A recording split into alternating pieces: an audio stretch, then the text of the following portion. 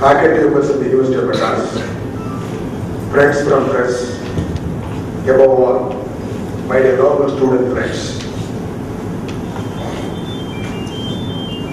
First of all, I should appreciate the Department of Geography for having organized this mega event by involving different nations and different organizations today. I should register my compliments to the Department of Geography for one more reason as well. This program is an example for a collaborative venture between academia and the community as well. As a matter of fact, National Knowledge Commission and the policy note of the Higher Education of Government of India insist that the universities of India should go to the community, understand the community, and extend help to the community by making use of the knowledge and expertise of faculty and students as well. Friends, I am happy that Government of United States of America, Government of United Kingdom, Government of Tamil Nadu, and of course the Madras Chamber of Commerce and other organizations, they show much concern towards the sustainability of Chennai city by making their presence today on the dais and off the dais as well. Though it is a small gathering of participants of around few hundreds, no one can underestimate the spirit behind the audience, the spirit behind the theme as well. The theme of the seminar is going to be deliberated not on a small issue, but it's an issue concerned with the entire country, the entire population of the world as well. Moreover, it is a reminder to the policymakers and the rulers of the countries that climate change and related problems is not a simple issue. It is an issue which also decides the economic sustainability of any country as well. At this juncture, I would like to share a few statistics which conveys about the major cities of the world which are facing risk due to climate change. A latest report by Maple Group says that Manila, Jakarta and Calcutta are all at extreme risk. There are another 193 countries very much exposure to climate-related hazards such as heat waves, flooding, water shortages and increasingly severe storms as well. At a national level, the index rates 30 countries are facing extreme risk, led by Haiti, Bangladesh, Zimbabwe, Madagascar, Cambodia, Congo and Philippines also. Another report tells that there are 10 cities facing high related risk, which includes Mumbai, Delhi, Chennai, Karachi, Lagos, etc. Whereas there's a good news part. Our consul generals from US and UK, whereas US and UK are both at low risk, and China is considered as medium risk country as well. Friends, impact of climate change cannot be ignored, thinking that it's only an environmental problem. As a matter of fact, the climate change, rather to say climate risk, was a serious economic threat.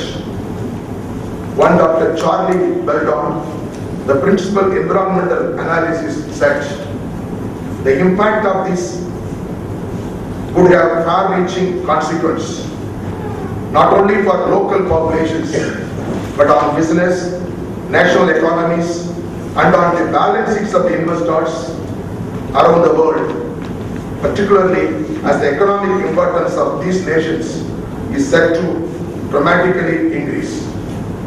Friends, it's a proven fact that larger percentage of Indian population today lives in the urban areas.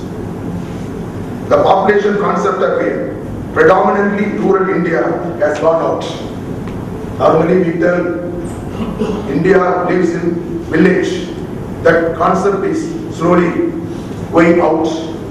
India's urban population is now second largest in the world after China. And it is higher than the total urban population of all countries put together over the last 50 years, while the country's population has grown by 2.5 times in the urban areas. It has grown by 5 times. Another interesting statistics which forecast like this.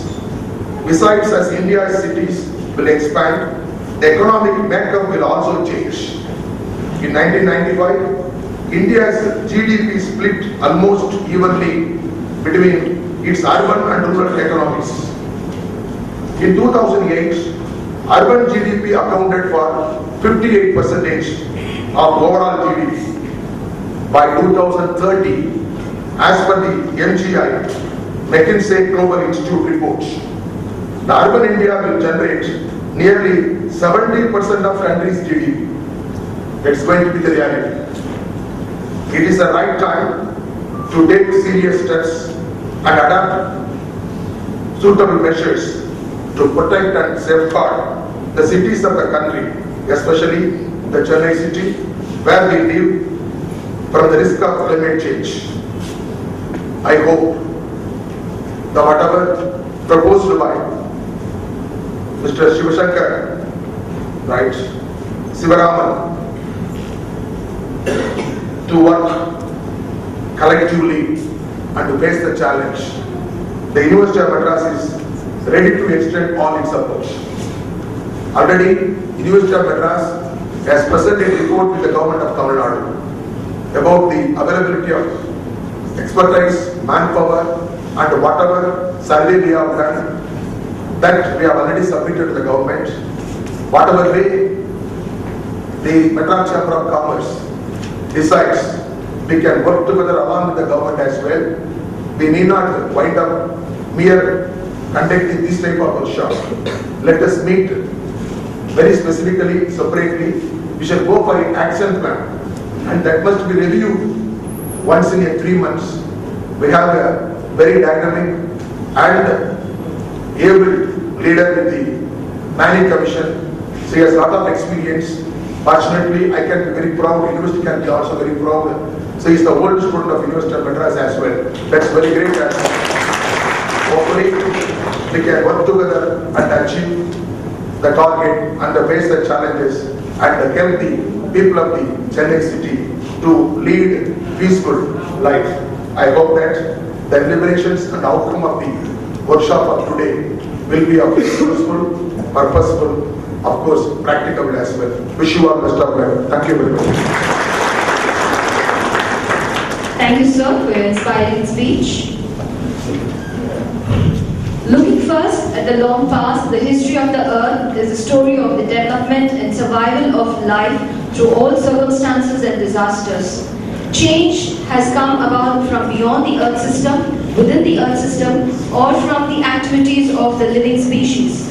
Looking now at the future, the degree of human responsibility is critical in determining the climate pattern on the globe. How should we proceed now? We will be hearing about ways of responding to, if not managing present and future for sustainable resources for climate change. And before we proceed with launching of the Sustainable Chennai Forum, may I request Ms. Saraswati, the Secretary General of Madras Chamber of Commerce and Industry, to introduce the Sustainable Chennai Forum. Thank you. Just to give a very brief introduction about the Sustainable Chennai Forum, as my President, Mr. Shivaraman, Vice President, Mr. Shivaraman mentioned, this is going to be a case study for industries. We are taking a business. State Planning Commission Government of Tamil Nadu to release the logo as a token of launching Sustainable Chennai Forum. You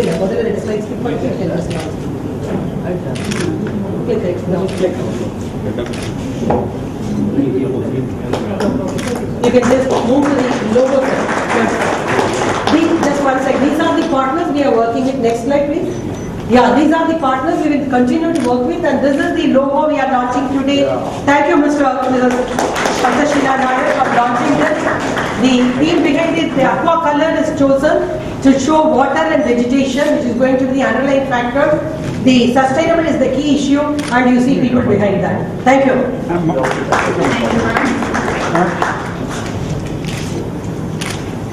you, ma'am.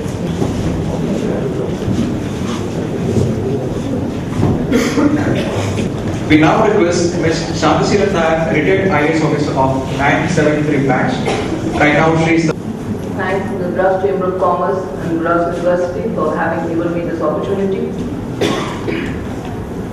And begin by saying that on World Habitat Day, I would like to congratulate you, the MCCI especially, for coming forward to organize a seminar on sustainable cities and asking me to launch the Sustainable Chennai Forum.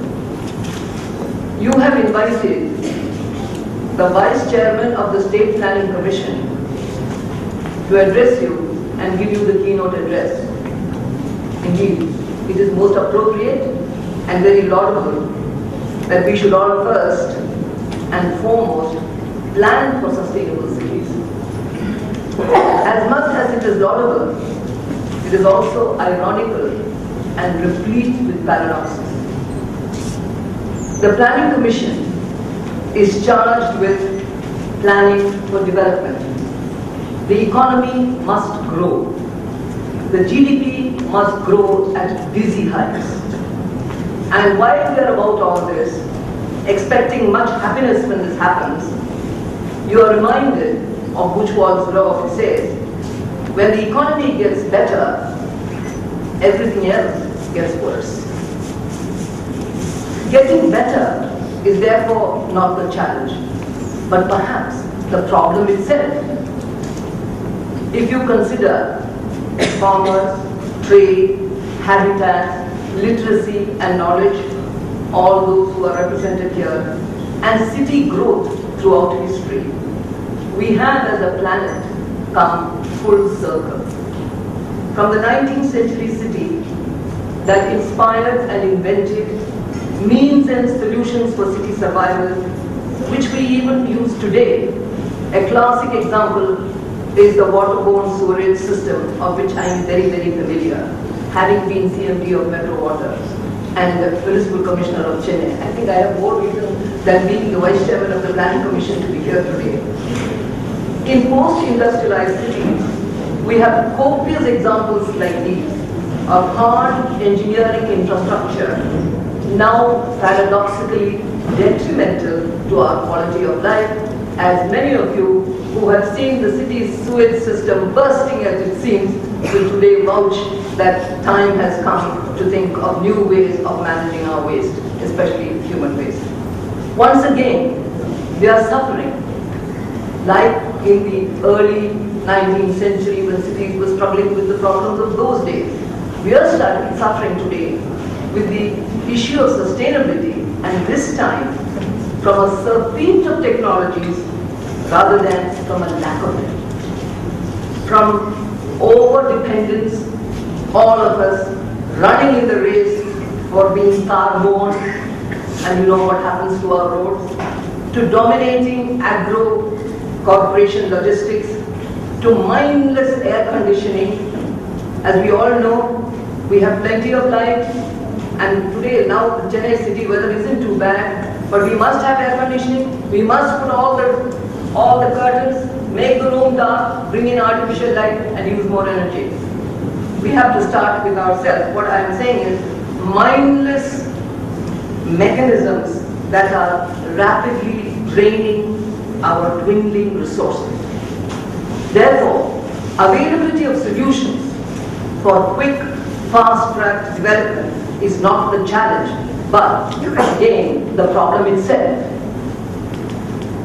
The Sustainable Chennai Forum will find a huge challenge, not so much in discovering technologies, but whether these technologies are themselves part of the problem. The greatest challenge for the Sustainable Chennai Forum, which I had the privilege today of launching, will be, and mind my words, I have been a city manager, will be the softer infrastructural domain of human behavior, rather than the technologies of form or hard infrastructure. In seeking to establish more sustainable urban ecosystems, we need to concentrate as much, if not more, on the sociological examination of the human habitat of everyday messy living. Everyday domestic systems such as production, consumption, and waste cycles must allow us time to rediscover the microecologies of daily life. We are very good at talking in macro terms. Can there be zero waste at household level? Can stormwater drain into residential premises, then out into the street, flooding an already flooded street? Can we think of solutions which are different from our present way of thinking? Clearly, there is need for ground upwards ecology management, not from the top downwards. Clearly, managing behavioral change is again emerging as a primary concern for those engaged in designs for sustainable cities. The ills of a chaotic city can no longer be fixed in irreparable outcomes of the future. As a recent publication put it, there is need to reconceptualize the city as a complex ecosystem, and mark these words, they're beautiful, of barely balanced chaos and flux. It's a barely balanced chaos and flux. The challenge is managing the chaos and the flux. That we in the developing nations and the global south, we have two friends here who are not from the global south, they are from the global north. But today, we have pride in saying that today we in the global south, cities in the global south, are beginning to offer better examples of radical new frameworks where managing a city requires constant negotiation of social and spatial boundaries. I hope I don't have to repeat that, but it's a constant daily negotiation of social and spatial boundaries. There is no